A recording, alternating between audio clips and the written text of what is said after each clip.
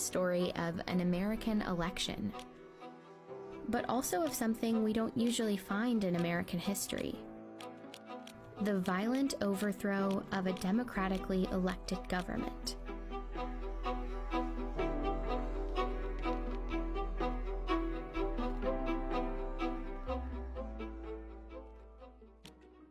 In the late 1800s, Wilmington, North Carolina was the state's largest city. It had a majority black population, and historians today describe it as a rarity in the post-Civil War American South. Wilmington, prior to November 1898, was what the New South could be at the cusp of the 20th century. There was an unusual degree of black prosperity. In Wilmington, there were successful black entrepreneurs, doctors, teachers, but also black elected officials. And for a time, that was true throughout the state. Take a look at the politicians on this poster of the 1889 North Carolina House of Representatives. Here at the bottom are black Republican representatives, some from Wilmington. North Carolina also sent 4 black Republicans to the U.S. Congress between 1875 and 1899.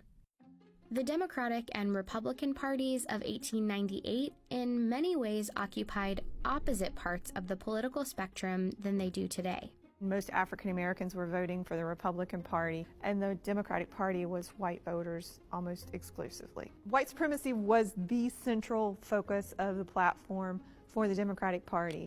Republicans in North Carolina were successful in part because of a third party called the Populist Party, made up of mostly white farmers fed up with the tough economic times. North Carolina populists joined up with Republicans to form what they called the Fusion Party. And in the elections of 1894 and 1896, the Fusion Party defeated the Democrats in sweeping victories statewide.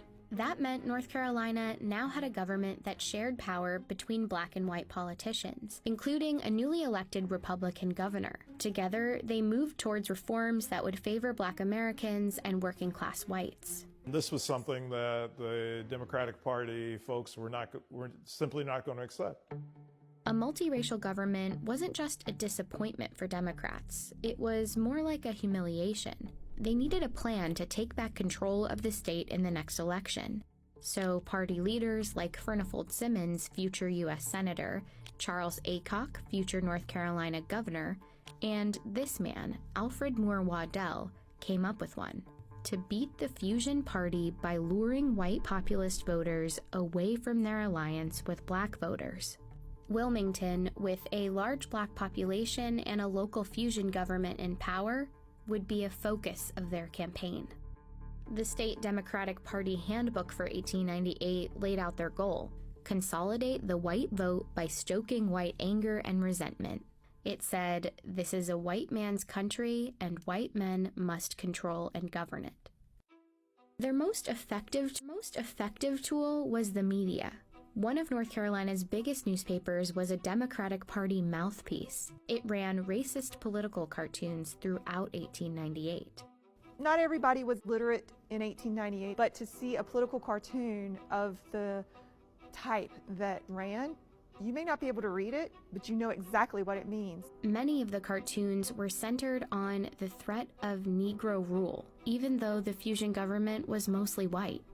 They also played up another fear. Black men threatening white women became a theme. White men need to do all that they can to protect white womanhood.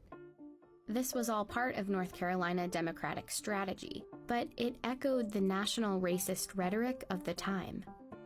In one speech that Democrats printed in a Wilmington paper, a prominent Georgia writer named Rebecca Felton said, "If it takes lynching a black man a day to protect white womanhood, I say lynch."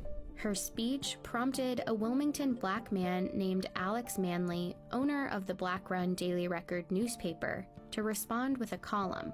He made a simple observation that, at the time, was shocking. That white women who had liaisons with black men did so voluntarily and enthusiastically. Manley wrote, "Every Negro lynched is called a big burly black brute, when in fact many were sufficiently attractive for white girls to fall in love with them." Manley pretty much said, In a nutshell, sometimes white women choose to be with black men. Manly's editorial became another tool for Democrats. Newspapers reprinted it, called it a horrid slander, and ran comments about it on a daily basis. It was just a few months before the election, and white voters were angry. By the time the election rolls around on November 8th, black voters, Republican voters, had been thoroughly intimidated here.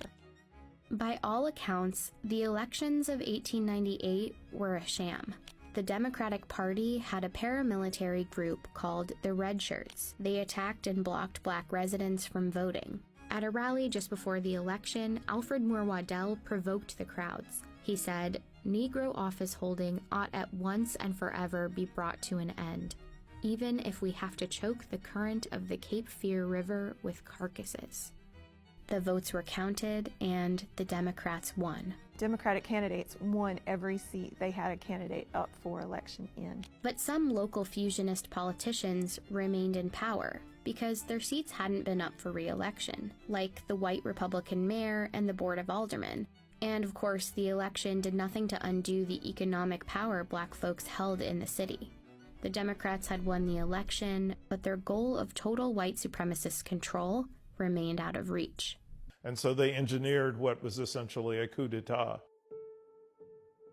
The day after the election, at a gathering for white men in Wilmington, the Democrats unveiled a document called the White Declaration of Independence. It contained an ultimatum. Cynthia Brown, whose descendants were in Wilmington back in 1898, is a historian at her church where there's a preserved copy of the Declaration from the next day's newspaper.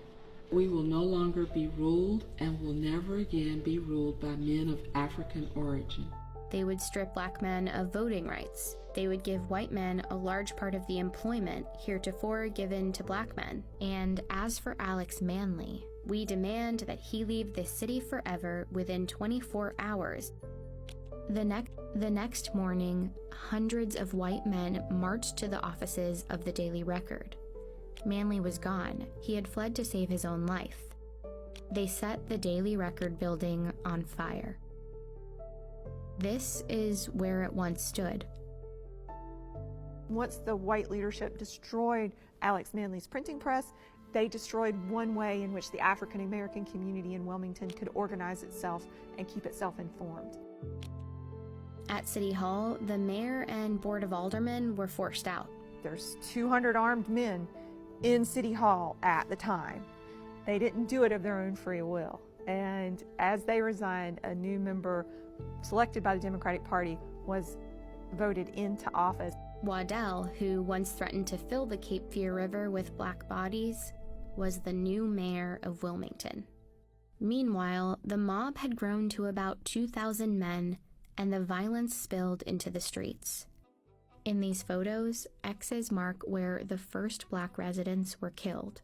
The stories are that they were dumped into the river, and there are varying stories about how many people were killed. I see 40 to 60 clearly as fatalities as a result of the violence, but I think it was higher. Many black residents hid for days in the swamps and the wooded cemeteries in the city, including Cynthia's great-grandmother. And thousands of other residents fled Wilmington, never to return. Shortly afterward, Democrats printed booklets celebrating a glorious victory, and in the newspapers depicted black residents as the instigators. This image is a gross misrepresentation of what actually happened during 1898. You know, what you see is African American men with guns, not white men with machine guns. The city never regained its black majority population. Jim Crow laws like literacy tests and poll taxes that prevented black people from voting were immediately enacted, and Wilmington's spirit of black opportunity was crushed. Black political representation in the state was over. It would be 90 years until North Carolina elected its next black Congress member. Wilmington did a really great job of covering up a very dark past for a very long time. Over the years, the textbooks on North Carolina's history